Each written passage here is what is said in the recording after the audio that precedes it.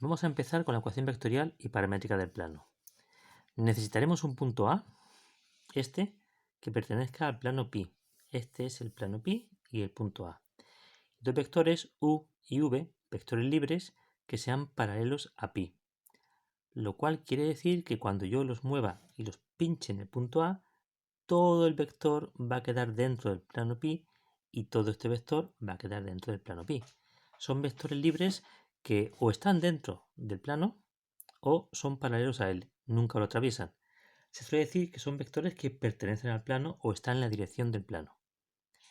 Si nosotros cogiéramos un punto P, cualquiera, dentro del plano pi, punto genérico P, podemos ver que el vector AP lo puedo expresar como suma de este vector lambda u más este otro vector mu v.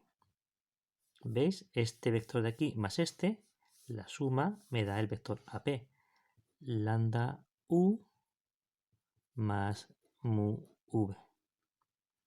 Y por otra parte, si os fijáis, en el eje coordenado x, y y z, podemos definir el vector OA.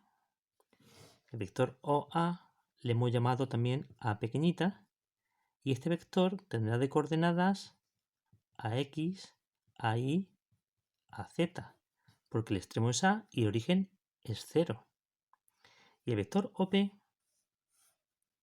con origen en O y extremo en P, lo vamos a llamar P pequeñita y va a tener de coordenadas el extremo menos el origen. El origen sigue siendo el 0. Como P era un punto genérico, este vector va a tener de coordenadas x y z genéricas también. Si vemos la suma de vectores, OA más AP me da OP. Origen extremo, origen extremo.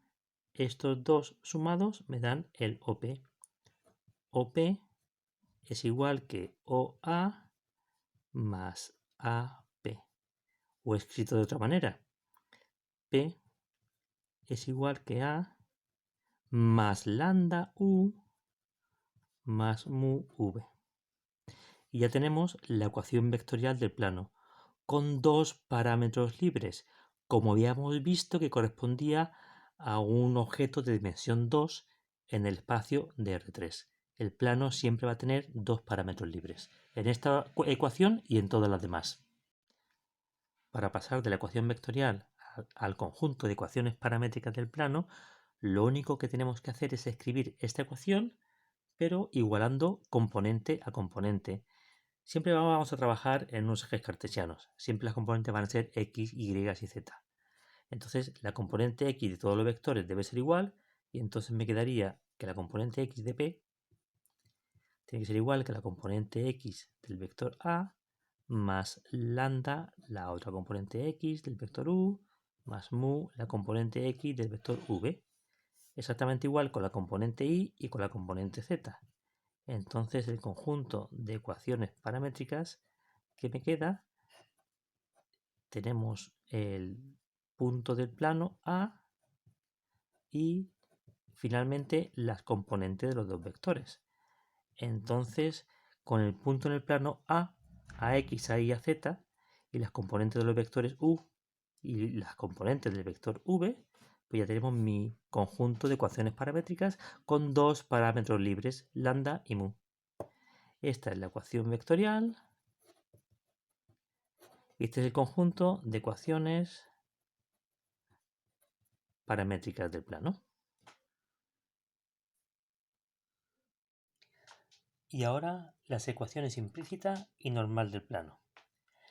Ya sabéis que dado un punto A perteneciente al plano y dos vectores u y v también pertenecientes al plano, este u y este v, cualquier punto P genérico en el plano lo podemos escribir de forma vectorial AP. El vector AP siempre se puede escribir como lambda u más mu v.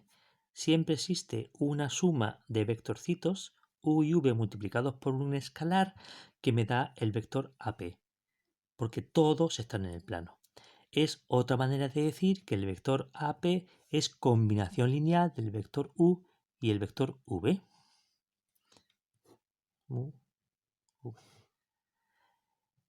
Si lo miramos componente a componente, habría que ver qué componente tiene el vector AP. Si este es el extremo y este es el origen, pues el vector AP tiene de componentes x menos ax, y menos ay, z menos az. Estas son las componentes del vector AP, extremo menos origen.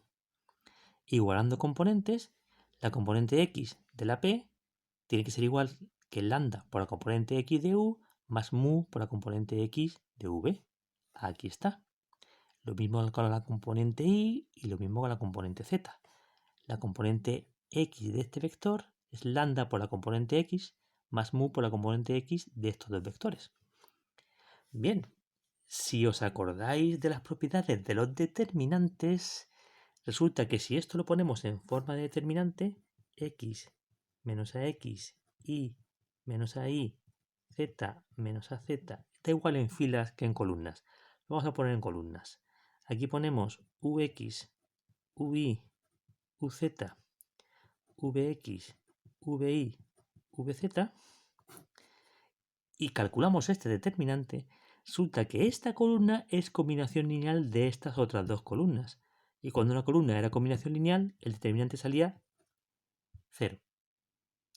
Entonces, si yo hago todas estas multiplicaciones, tengo la x, tengo la y y tengo la z como variables, al final me va a salir una cosa como un número que multiplica la y a la x, más otro que multiplica la y, más otro que multiplica a la z, más un término independiente igual a 0. Cuando yo desarrolle este determinante, me va a salir una ecuación con 3 incógnitas. Acordaos que ahora tendría dos parámetros libres si quisiera resolver x y z con esta única ecuación. Esta es la que se llama ecuación implícita del plano. Es la más importante y la que más veces va a aparecer. Esto es un número, esto otro número, esto otro número, esto otro número, estos son números. Las únicas variables libres son x y z porque representan a un punto genérico del plano.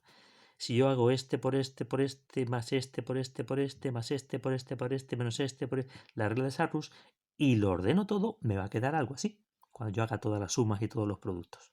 ¿De acuerdo? Esto es lo que llamamos ecuación implícita del plano. Tiene mucha utilidad, porque habitualmente no me van a dar u y v. A lo mejor me dan un plano, me dan un punto del plano, el otro punto del plano y otro punto del plano. Y me van a decir, encuentra la ecuación del plano.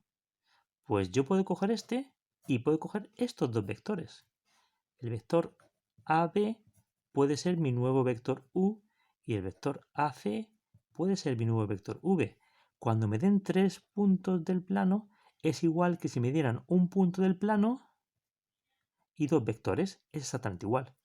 Entonces yo ya con mi vector U, el AB, y mi vector V, el AC, el punto A y el punto genérico x, y, z, este punto P genérico y, z, igualmente puedo calcular la ecuación implícita del plano, con 3 puntos, fabricándome estos dos vectores.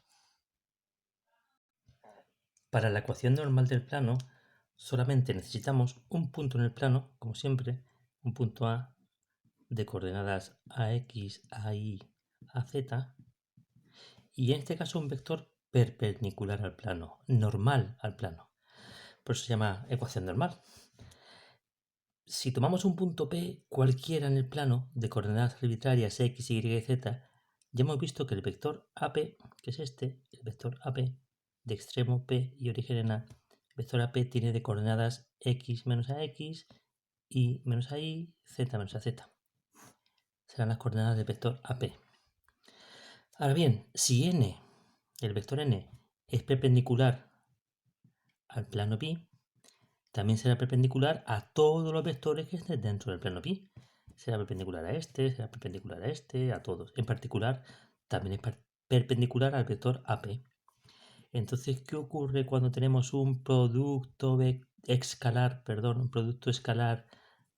de vectores perpendiculares? Módulo de 1 por módulo de otro por coseno de 90, que es 0. Entonces con esto podemos sacar una ecuación. Si el vector n tiene de componentes a, b y c, el producto escalar de AP por n, acordaos que era el producto de las componentes x más el producto de la componente y de n por AP más el producto de la componente z de este vector por la componente z de este otro vector.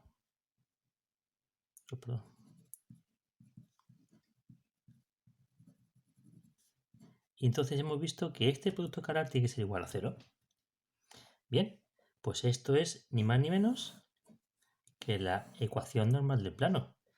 Si me dan un punto del plano, que es este, me dan un punto del plano, que es el punto A, y me dan el vector perpendicular al plano, que es este vector, el vector n, si me dan este punto, el punto A y el vector n, yo puedo escribir así la ecuación normal del plano. No queda mucho para transformarla en la ecuación implícita. Si yo deshiciera estos paréntesis, me quedaría esto. ¿Veis? B por I menos B por ahí más C por Z menos C a Z igual a 0. Si esto lo escribo aquí delante, esto lo escribo aquí delante, esto lo escribo aquí delante, y todo esto menos A por AX menos B por ahí menos C por AZ, que es un número, le llamo D minúscula lo voy a poner para que quede muy igual. Resulta que AX más BI más CZ más D igual a 0, esta es la ecuación implícita del plano. Y entonces resulta que siempre que me den la ecuación implícita del plano, estos tres números van a ser las componentes de un vector perpendicular al plano. Siempre. Entonces, a partir de una ecuación implícita, ax más bi más cz más d igual a 0, yo tengo que a, b y c es un vector perpendicular al plano. Y a partir de un vector perpendicular al plano a, b y c y un punto, haciendo el producto escalar e igualando a 0, ya tengo la ecuación normal. Si la desarrollo, pues llego a la ecuación implícita del plano. Agrupando todos estos números, que es un número por otro, ¿vale? Las únicas variables que hay aquí son la x, la y, la z, los demás son números. Todo esto junto es un número, me quedaría la ecuación implícita.